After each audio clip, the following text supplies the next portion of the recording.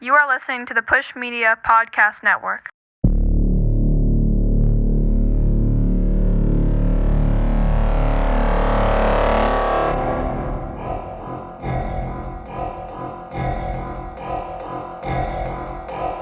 This is good shit.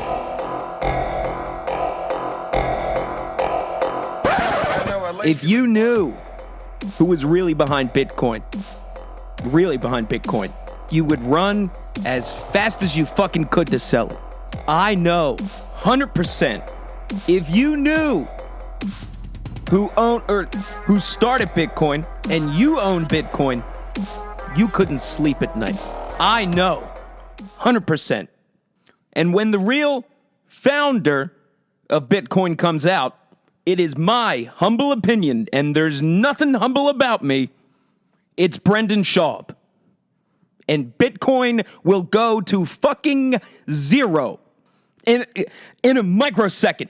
Woof, woof, woof. That's the sound of the police. That might have been one too many. But, you know, I've been described as such. If there was really a mission statement for the brand, for the show, for what really the driving principle is here at the program, it's pretty much, that was probably one too many. You know? But what can you do? And I miss my Uncle Charles, y'all. That was definitely one too many. That wasn't even, how would I even kind of shoehorn that into what's happening? But I don't know. You know, sometimes you just find yourself at a crossroads. Like where we find ourselves with currency. How we buy things. Because if you ain't number one on OnlyFans or a Russian oligarch and just bought a painting of Marilyn Monroe, originally done by Andy Warhol, you're probably paying attention to how you buy things. You're probably thinking, when you buy things, why are these things so much money? I don't remember having to part ways with this many pieces of coveted green cotton paper we keep in our dead cow purse. This seems a little off. Money is up in the air, right? Well, money's been up in the air pretty much since, you know, they took away the citizens' gold and we moved to a fiat currency. But currency's really a fucking problem right now with the cost of inflation. It's not getting any better. And for the first time, the president acknowledged, hey, we have a problem going on and we don't have any good solutions. Not that it was news to anybody at all. If anyone was on the edge of their seat thinking, maybe Joe just hasn't seen the price at the gas pump lately. Maybe he hasn't checked yet because, you know, he's busy talking to the children about Pakistan and Afghanistan on Easter and Ramadan. Maybe he just hasn't looked at the gas, and that's why. Maybe it's not actually an inflation problem. What really is just Joe hasn't gotten around to it yet. He's a busy guy. So that's possible. Up until the other day when Joe said, no, we're all pretty much screwed. This shows no signs of stopping. Unemployment numbers, I don't know how to follow or make sense of because somehow everyone has record numbers of employment, but they have less money than when they were filing unemployment. It doesn't make sense on how to track anymore, and it's become very clear that the Department of Labor that releases the unemployment statistics, I've come to the conclusion are pretty much biased towards whoever the fuck is in office and whatever might make them look good. Because the level of gymnastics they do with statistics to prove some point that, hey, we're doing good, or hey, this guy's ideas were bad, are insane and don't make any logical sense at all anymore. Kind of like how people think they're millionaires from selling their house last month, but now they have to buy $1 million home. You know, that effectively leaves you with zero. You've just lost in that transaction. And similar to the unemployment numbers, it doesn't make sense that people could be record employed right now. Everyone's filing claims at lowest numbers pre-COVID, but nobody actually seems to have a job. The cost of goods and living expenses have gone up with no signs of slowing down, and everyone's kind of panicked. But the unemployment numbers are good, so don't worry about any of that. And then that's not even unpacking Bitcoin, cryptocurrency, that whole colossal topic that really only a few annoying people in your life probably care about or give a shit about. And those people are probably so annoying that you would rather stick forks in both of your eyes than hear someone explain or so much as even offer an additional opinion on cryptocurrency. Unless you're Matt Damon, We don't want to see your face in regards to cryptocurrency. Well, guess what, Will Hunting? Retainer! Because I'm back with some more information on crypto. And it's going to be a little serious. Because usually, whenever I'm talking about crypto, my main opinion on the matter and the advice I give people in regards to cryptocurrency is to be reserved with it, consider what it is, and it is truly a fundamental replacement to the bullshit toilet paper money system we use, i.e. the green cotton dollars in your wallet. That is essentially backed by nothing at all.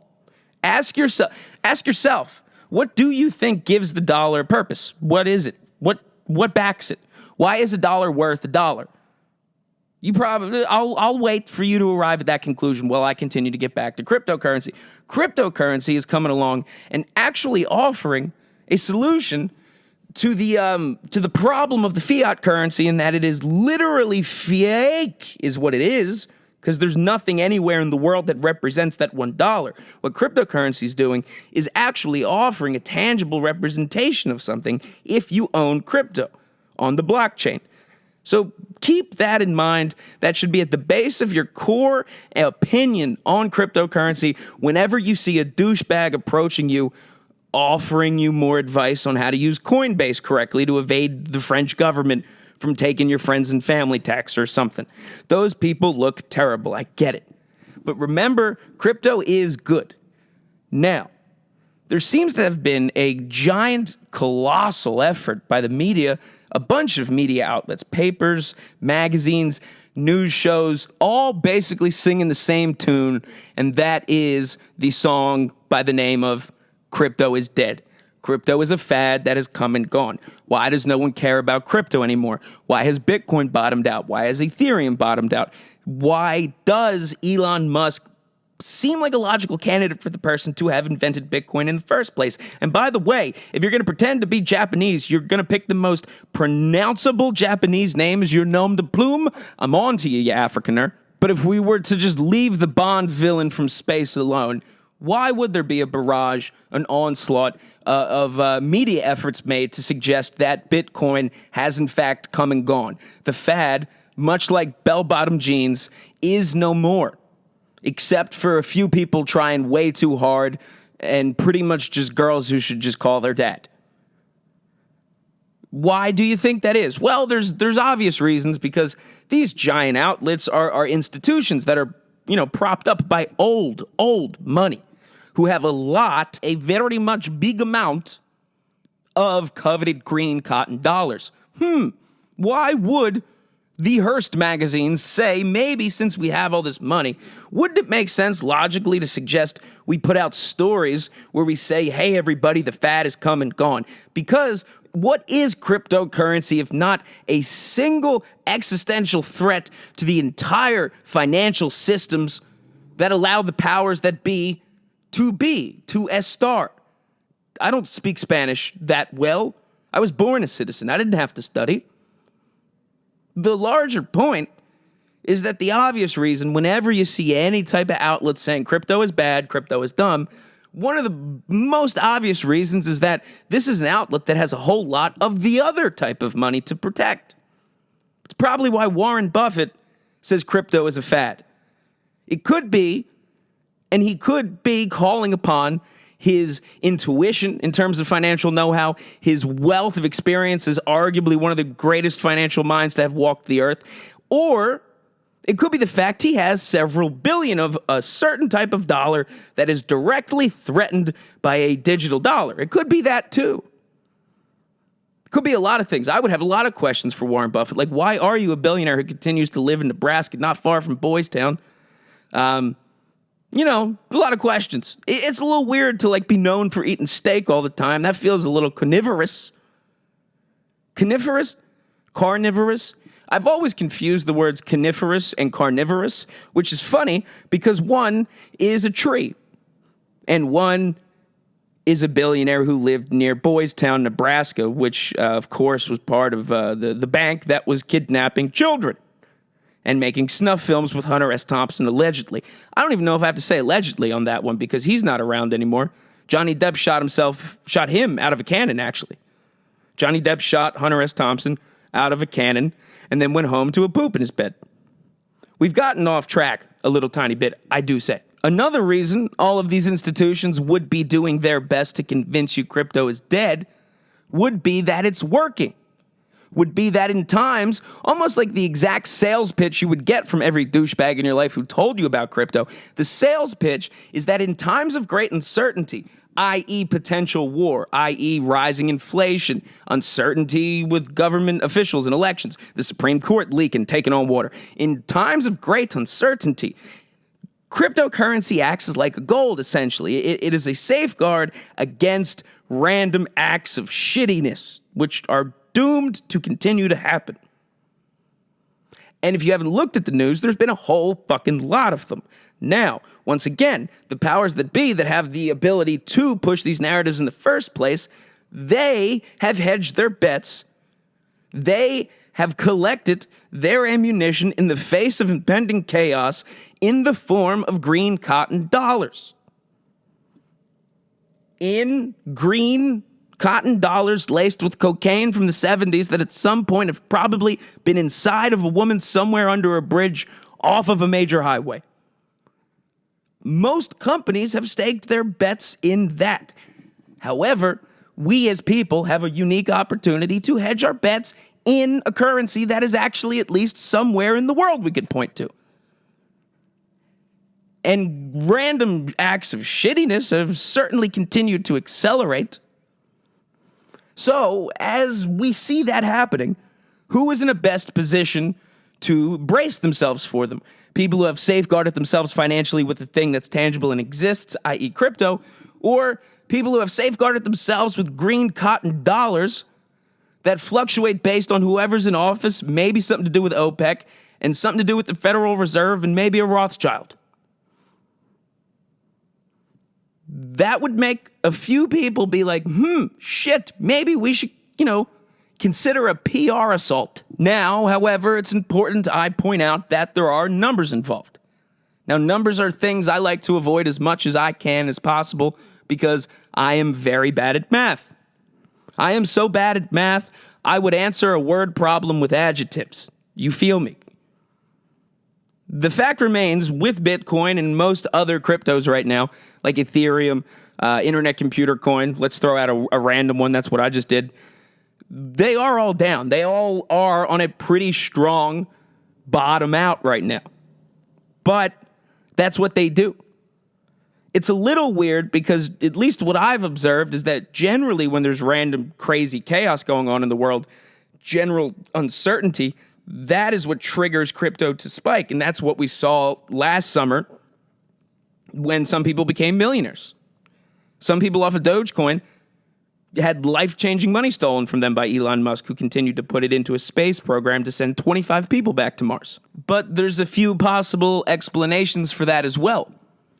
Over the last year, we've seen governments across the world get much better at regulating, accessing, and essentially hacking cryptos. So that's something that would, manifest itself in the form of a longer than average slump. But just like whenever I find myself in a longer than average slump, I just call your mom. That's the solution. Call your mom, and she knows what's best, usually. But hold tight on crypto. Don't let Matt Damon, and you, Jason Bourne you into an ultimatum about putting the rest of your financial future in crypto based off of a Super Bowl commercial. However, remember everything that you've ever seen or anything that might potentially profit you is being sold to you in some form before it has a chance of profiting you. But also, the fundamental fact is crypto is real. This is another phenomenal example of the answer being both. Most things are. The crypto is not a fad. Crypto is a legitimate solution to the almost 100-year-old problem we've been enduring as a country that has led to invasions of other countries, horrific things happening, all because we have adopted a money system based truly, literally on nothing. And I'm not trying to sound like some crazy libertarian nut job, Look into what a fiat dollar is. It is nothing. It is worth $1 because someone wrote dollar on it, and another person that walks around and might bump into you agrees to also say dollar. Cryptocurrency is $1 because somewhere on the blockchain it says dollar. Now, sure, it's not a dollar that grows on a Dollar Tree bush that you could pick from the wild. I fell on a thornberry bush. But it is represented somewhere with object permanence. Object permanence is so important. There's a reason it's one of the first fucking concepts we learned as a baby. In order to have something, it must first exist. And if you forget that concept, you leave yourself susceptible to really smart fucks taking advantage of that and manifesting money out of poof thin air in the form of, I don't know, fine art, for example. A couple days ago, Andy Warhol's famous Marilyn Monroe, which you would know if you saw. It's a picture of her with like 4 different, colors over her face or whatever. I don't know. Andy Warhol, I have truly no explanation for why we consider him to be fine art at all. Currently, that painting sold for a record at auction just under $200 million. For the guy that also made a soup can. For the artist who looks like maybe he had the very first version of Photoshop and an assignment to make a brand for a soup can, and you get to use 2 colors. Why the fuck would we let the highest sold piece of art, Spare the Mona Lisa, be from somebody who made a soup can?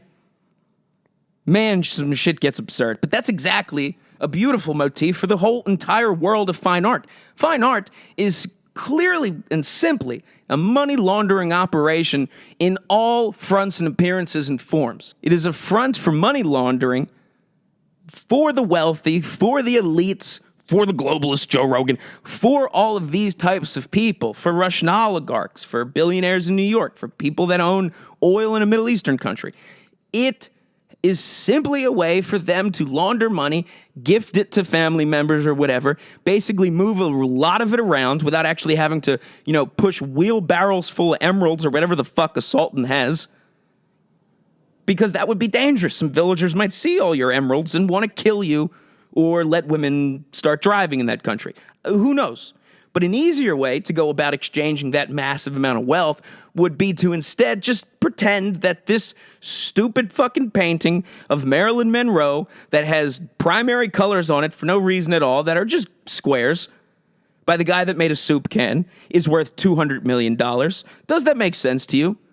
Does what I just said make sense to you? Because if it does, it already happened. So explain that to me. There is no other logical explanation for a picture that I could make on my laptop in 17 minutes for something that Andy Warhol did for probably 3 hours, maybe, let's give him, on some afternoon in lovely downtown Pittsburgh, which is actually a great city occupied by some of the weirdest looking people in the history of people. And the fact that these people launder their blood money through the craziest, most disillusioned they-them artists of our time is kind of just a cruel joke. It is kind of just amusing.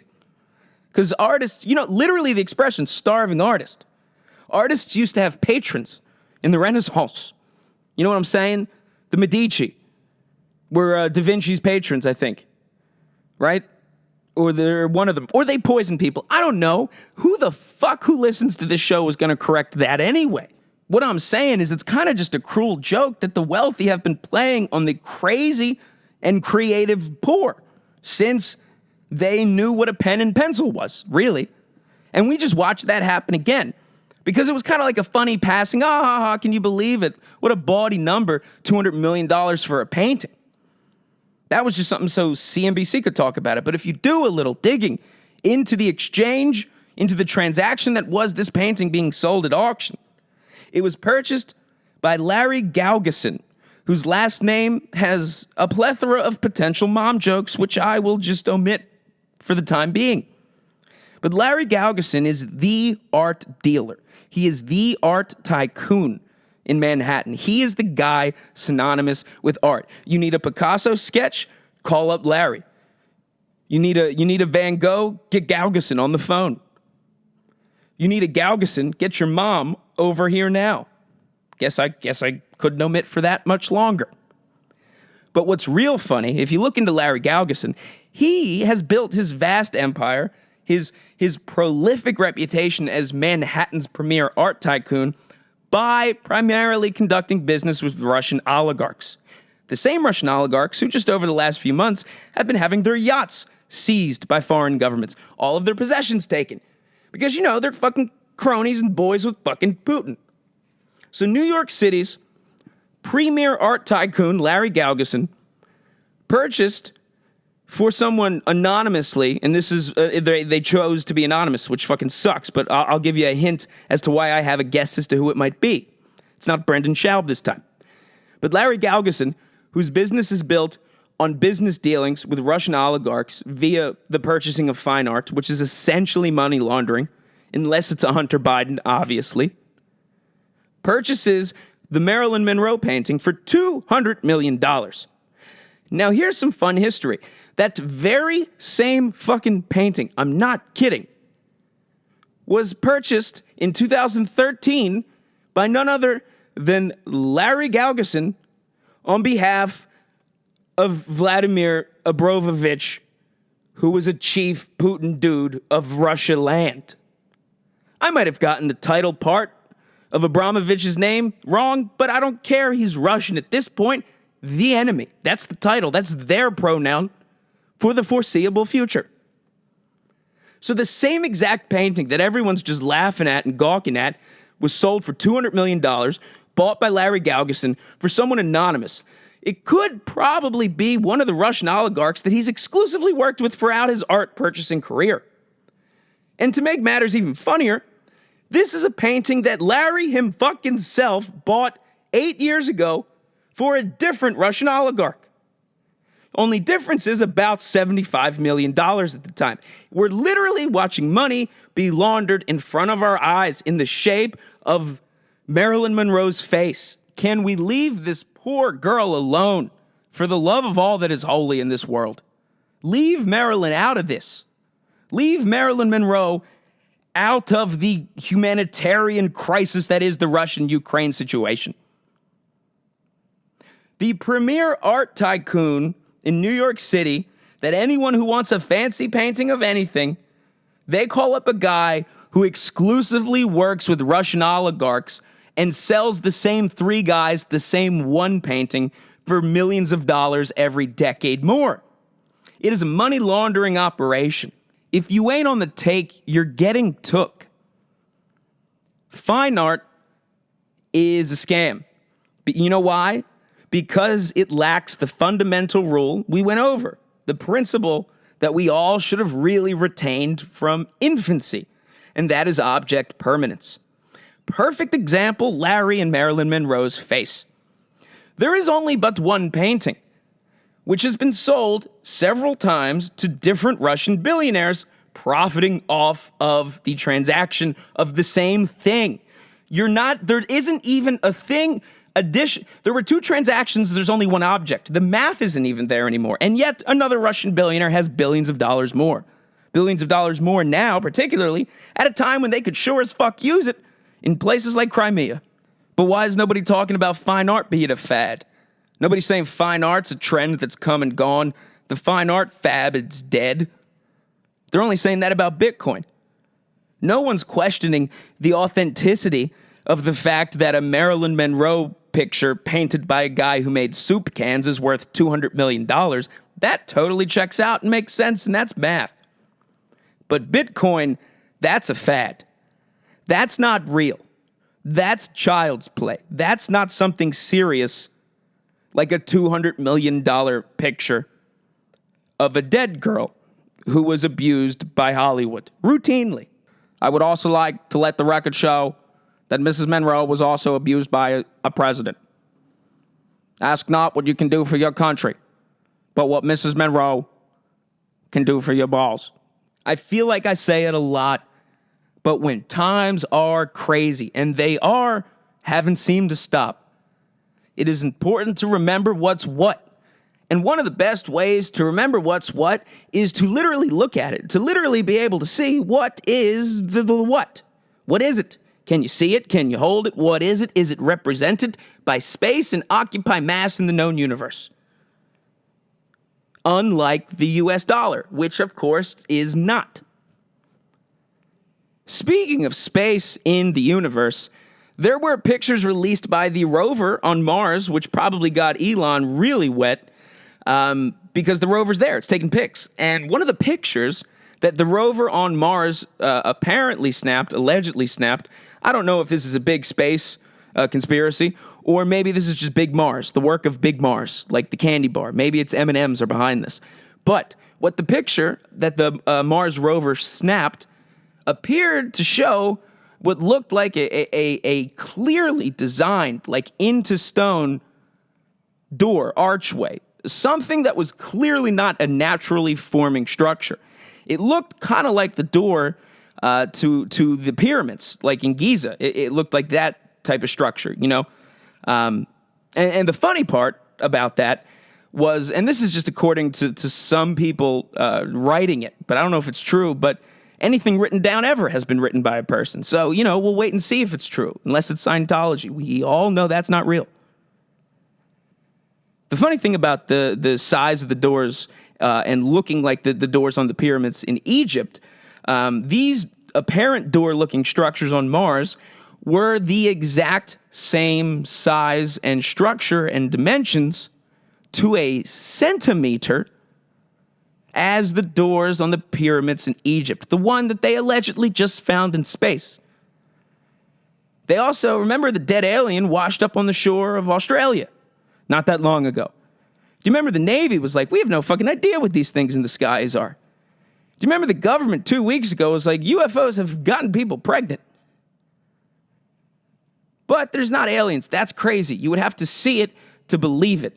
Because unless it is a US dollar, you will not believe it unless you see it with your own eyes, unless you hold it with your own hands.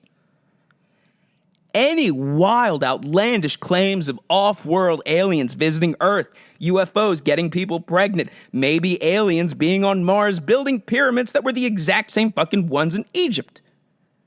All of that is ridiculous because I cannot see it, I cannot hold it. Therefore, it cannot be happening. Unless, of course, we're talking about the US dollar. That is not represented anywhere in the world. It cannot be held. It's not real. It's not a thing that's tangible. Despite the numbers on the pieces of paper, some say 5, some say 10, some say 100. They're all the exact same shape, same weight, same width, same height, same depth. In fact, it written on the note says this represents something else. But the thing is, that other thing is nowhere to be found. It's not in the world. If you keep track of the very basic principle that for something to be, it must first exist, you can safeguard yourself from people taking advantage of the fake magic bullshit that is already happening right now. Russia is so susceptible to magic. We have explained that at great depth. But there's other evil people who are very smart, who for all intents and purposes just do magic to benefit them. Like materialize money, poof, out of thin air, like a magic trick, in the form of selling a painting that's really just fucking dumb to his other Russian friend 10 years later. Now there's $50 million more one of them has in their pocket, but why? There's not even 2 paintings now. Object permanence. For something to be, it must first exist. Nothing unreal exists. And most importantly, if you find yourself with a unique and rare opportunity to own something tangible and real that will and indefinitely, in fact, does have value, you hold on to that shit and don't let people talk you out of it. Especially because they don't have it. You won. It's possible you can win every now and then. When you make a good decision, stick by it. It's only a fad if you want it to be a fad, or it's bell-bottom jeans. That's definitely come and gone. Bitcoin is here to stay. Crypto is here to stay. The aliens are probably here to stay, I guess, too. Based on the shape of the doorways, every other story in the news, and just a general sense of growing impending calamity. So make the preparations you can. Buy all the fine art you can get your hands on in case things all go to shit and we find ourselves with $11 gas and people using other people as donkeys and horses and whatnot as pure means of travel. In case we go there, at least you'll have a mixed media on canvas. And I'm gonna miss everybody.